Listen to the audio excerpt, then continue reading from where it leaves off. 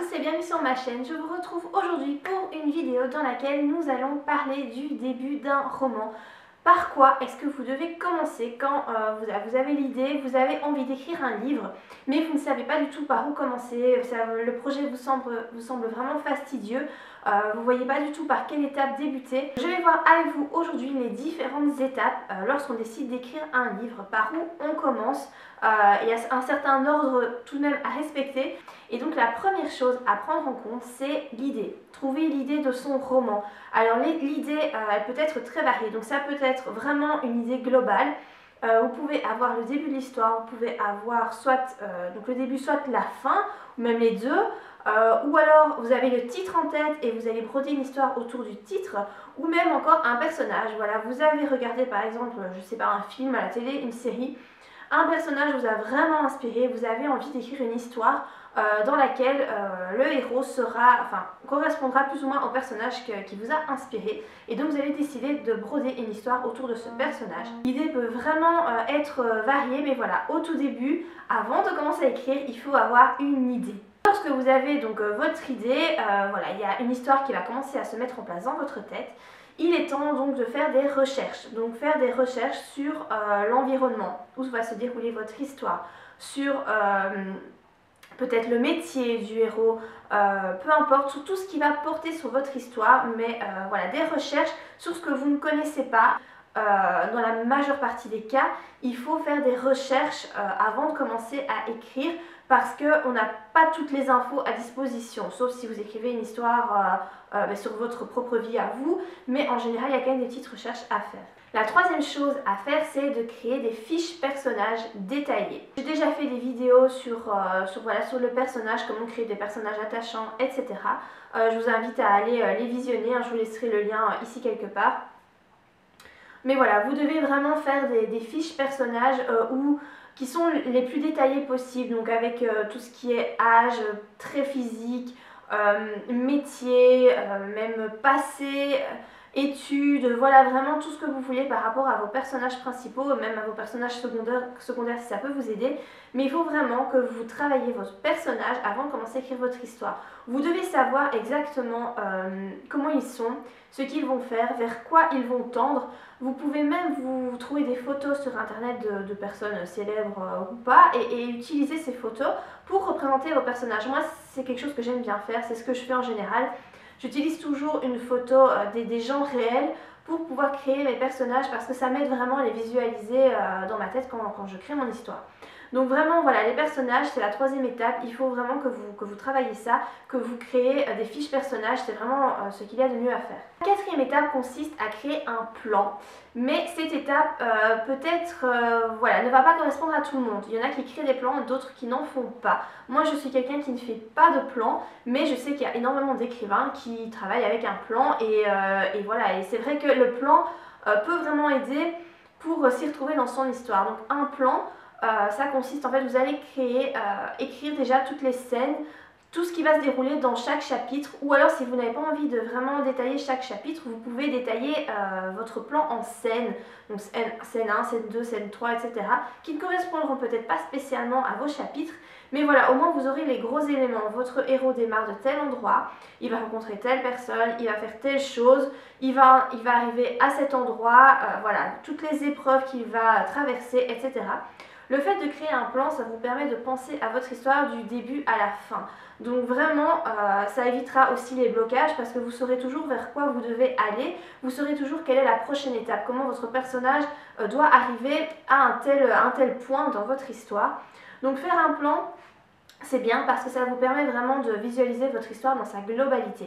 Donc il y a des gens, vraiment ça les aide beaucoup. Je pense aussi principalement à ceux qui écrivent des thrillers ou des romans vraiment psychologiques, à suspense, etc. Vous avez besoin d'un plan parce que votre histoire doit être cohérente, vous devez savoir où va votre meurtrier, où va votre héros qui doit chercher le meurtrier, peu importe comment vous écrivez votre histoire. Mais le plan pour ça va vraiment vous être utile. Donc un plan, c'est quand même quelque chose qui est plutôt conseillé, mais qui n'est pas obligatoire, et vous pouvez écrire de très bonnes histoires sans spécialement avoir fait un plan au préalable. Moi, comme je dis, je ne fais pas de plan, mais ce que je fais, c'est que je fais un résumé. J'écris en fait dès que j'ai écrit un chapitre, je mets sur un autre document ce qui se passe dans le chapitre pour pouvoir m'y retrouver. Mais je n'écris jamais les chapitres à l'avance, je ne sais jamais ce qui va se dérouler dans mes chapitres. Mais ça voilà, chacun fait comme il veut, mais sinon le plan, si ça peut vraiment être un bon point de départ si vous êtes un peu perdu et que vous ne savez pas trop comment mettre en route votre histoire. Lorsque vous allez commencer ce plan, vous allez devoir décider de certaines choses. Est-ce que vous allez écrire en je ou en il? Est-ce que vous allez écrire au présent ou au passé? Ce sont des détails qui sont très importants puisque vous allez devoir vous y tenir tout le long de votre récit.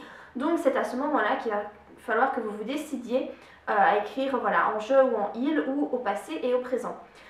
Lorsque vous allez établir ce plan, vous allez devoir aussi essayer de trouver quels sont les thèmes principaux qui vont ressortir de votre histoire. Parce qu'on a beau écrire une histoire voilà, pour divertir les gens, on y met quand même nos pensées, nos réflexions, voilà. Il y a différents thèmes donc, qui vont ressortir. Est-ce que vous avez envie que ce soit le thème de l'amour qui ressorte, que l'amour peut tout vaincre, ou justement que voilà, il y a des difficultés liées à l'amour. C'est un thème parmi tant d'autres, hein, mais voilà, les thèmes de votre histoire vont ressortir lorsque vous allez confectionner votre plan. De même, c'est aussi dans le plan que va ressortir le conflit. Quels sont les différents conflits? S'il y en a un, est-ce qu'il y en a plusieurs? Les conflits que vos personnages vont rencontrer. Donc est-ce que ce sont des conflits externes, des conflits internes, des conflits par rapport à du surnaturel, à la nature, etc. Je crois que je ferai une vidéo prochainement sur les types de conflits qui existent. Mais voilà, les conflits vont devoir ressortir dans ce plan. Cinquième étape, vous pouvez choisir d'établir un emploi du temps et de surtout vous y tenir. Puisque je l'ai déjà répété plusieurs fois et c'est quelque chose qui se vérifie, pour parvenir à écrire un roman en entier, il faut être régulier. Il ne faut pas écrire une fois de temps en temps comme ça plic-ploc, il faut vraiment être régulier, il faut se discipliner et il faut... le mieux c'est d'écrire tous les jours, mais c'est pas forcément évident, voilà, tout le monde n'est pas capable de le faire. Personnellement, avant je pouvais le faire, maintenant que j'ai 2 enfants, que je travaille en plus, je ne peux pas écrire tous les jours, c'est pas possible. Donc j'écris au moins 3 fois par semaine. J'essaye d'écrire 4 fois, ça dépend vraiment de mes activités. Mais il faut vraiment que vous fassiez un emploi du temps et que vous y teniez. Le mieux c'est de définir tous les jours, ou en tout cas quand vous pouvez écrire, une heure précise, voilà, de telle heure à telle heure, je vais écrire. Vous pouvez aussi choisir d'écrire, voilà, quand vous avez écrit, moi c'est ce que je fais maintenant, j'écris toujours la date, le chapitre que j'ai travaillé et le nombre de mots écrits. Ça me permet de faire le point fin du mois pour voir si j'ai respecté ce que j'avais voilà, ce que j'avais décidé ou pas.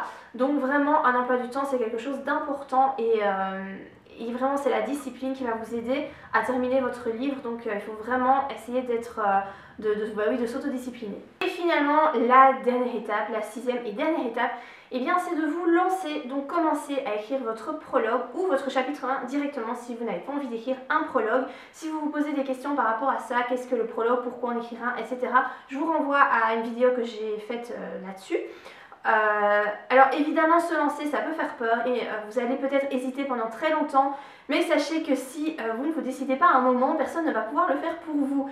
Il y a un moment, il faut mettre ses peurs de côté, il faut se lancer, se dire que c'est pas grave si le premier jet n'est pas parfait, c'est normal, le début sera à retravailler, c'est certain, mais ça fait rien, il faut vraiment se lancer. Donc une fois que vous avez fait tout le reste, que voilà, votre histoire est prête, vous avez fait votre plan, vos personnages sont complets, vous avez fait vos recherches sur l'endroit où va se dérouler votre histoire, sur les différents éléments qui vont interférer dans votre histoire, bien il est le temps de se lancer, il faut y aller. Si vraiment vous avez envie d'écrire un livre, il faut y aller et donc c'est vraiment la dernière étape. Donc voilà par rapport à cette vidéo sur mes conseils pour commencer à écrire. J'espère que cette vidéo vous aura été utile, j'espère que vous l'avez aimée. Si c'est le cas, n'oubliez pas de la liker et moi je vous dis à très bientôt pour de prochaines vidéos. Bye!